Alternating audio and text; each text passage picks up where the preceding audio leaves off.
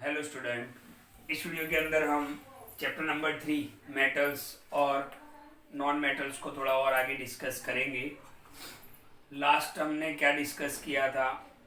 हमने एक चार्ट देखा था।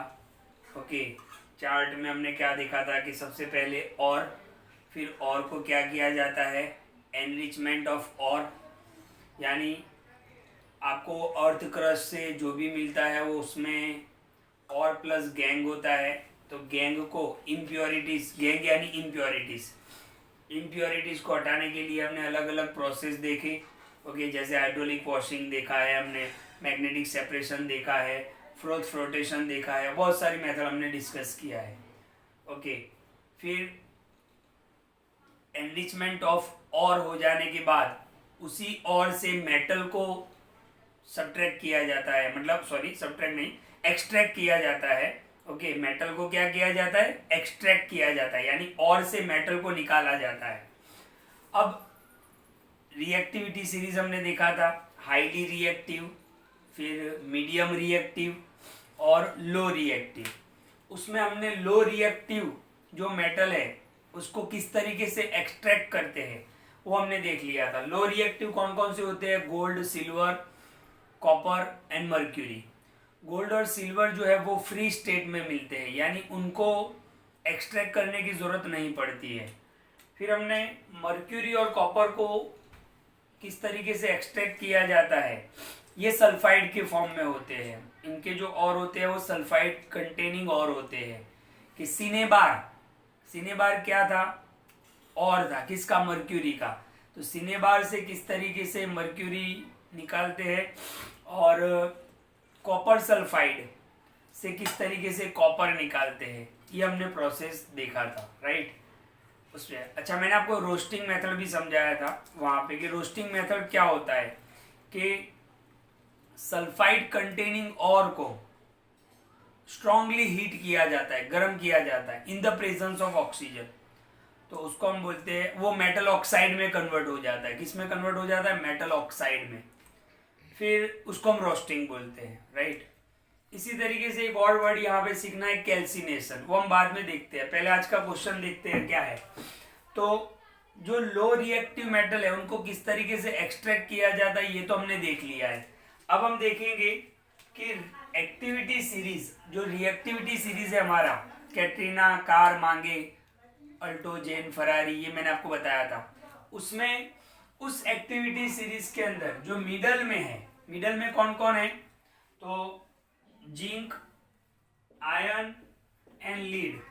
Okay, zinc, iron and lead, Zen, Ferrari and फिर भी, याद होगा आपको, जेन, फरारी, फिर भी। ओके, तो उनको किस तरीके से एक्सट्रैक्ट किया जाता है?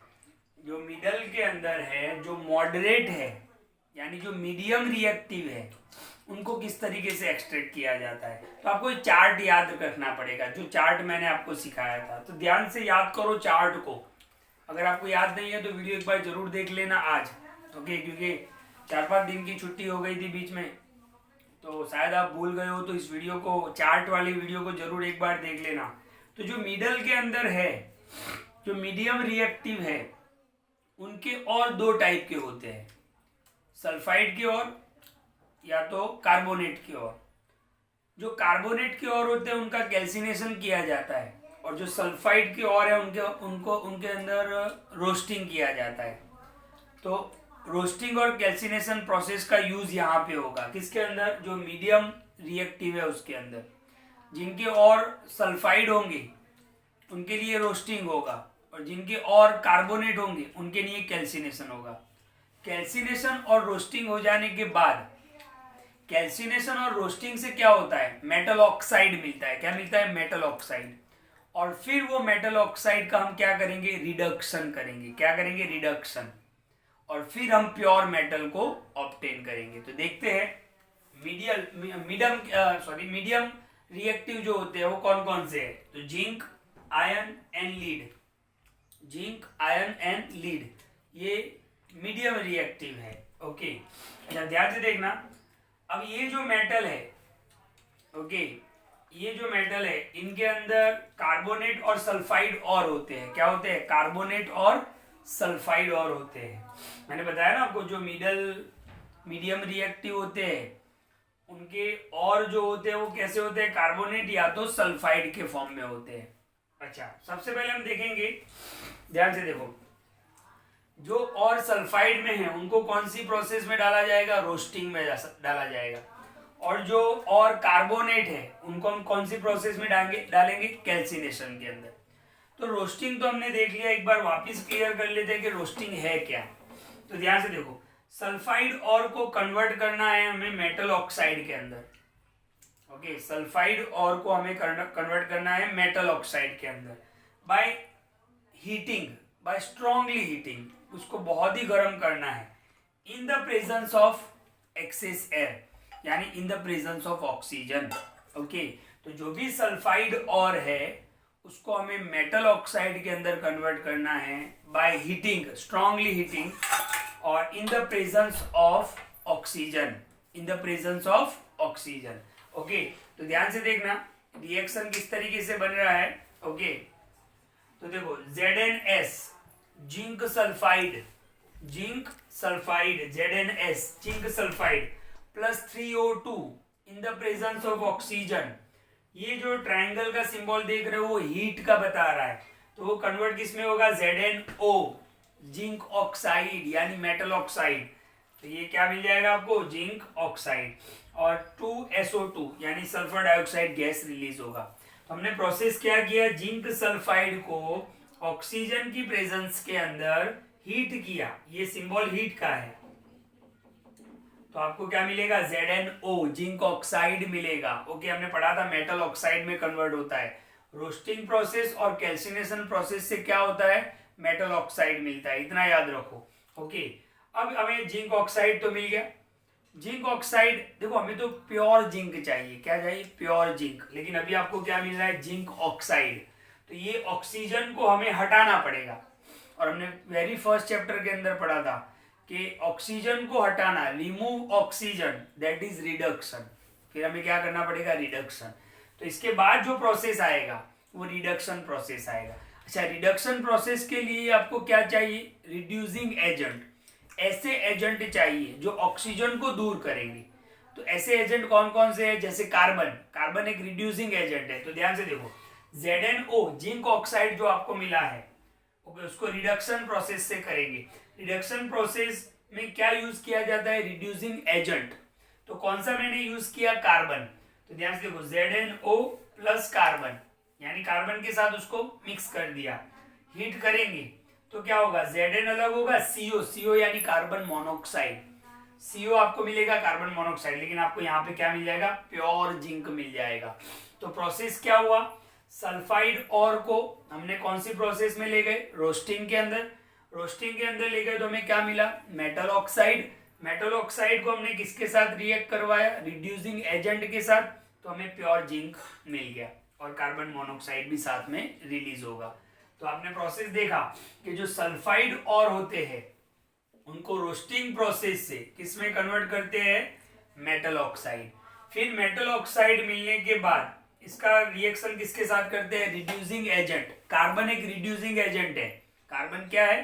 रिड्यूसिंग एजेंट है। अच्छा, यहाँ पर आप बहुत सारे और भी रिड्यूसिंग एजेंट यूज कर सकते हो, जैसे highly reactive sodium, calcium, aluminium, ये भी रिड्यूसिंग एजेंट ही है, इसको भी आप यूज कर सकते हो।